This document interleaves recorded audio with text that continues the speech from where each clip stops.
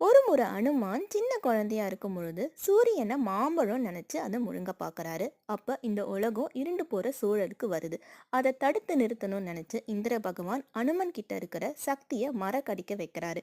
அதை பார்த்து நெஞ்சம் பதறி போய் அனுமனுடைய அன்னையான அஞ்சனை இந்திர பகவானை நோக்கி கேட்குறாங்க. தேவா, சக்தி இல்லாம என்னோட குழந்தை என்ன பண்ணுவான்? அந்த சக்தி தானே அனுமனை ஆபத்துல இருந்து காப்பாதுன்னு பதறி போய் கேட்குறாங்க.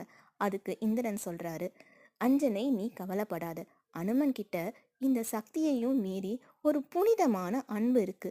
அதுவே அவனுடைய பேராற்றலா மாறும். அந்த பேராற்றலே அனுமன் யாரு அப்படின்ற இந்த உண்மையை உலகத்துக்கு உணர்த்தும். அந்த நாள் வெகு தூரத்துல இல்லை, இன்னும் சிறிய காலத்துல நடக்கும். கண்டிப்பா அவன் அவனோட சக்தியை உணர்வான். அவன் ஒருத்தருடைய வாழ்க்கையே காப்பாத்த போறான். அதுவும் அவன் அதை தனியால செய்ய போறதில்ல, ஒரு மகாத்மாவோட சேர்ந்து செய்வான். அவனுடைய புகழ் இந்த உலகமெங்கும் பரவும். அந்த மாதிரி ஒரு சூழல் அனுமனுக்கு வருது. அனுமன் கிஷ்கிந்தை மலையில ராமரை பார்க்கறான். அந்த முதல் சந்திப்பு இருக்கு பார்த்தீங்களா? அது ஒரு உன்னதமான சந்திப்பு, ஒரு புனித நட்பின் தொடக்கம்.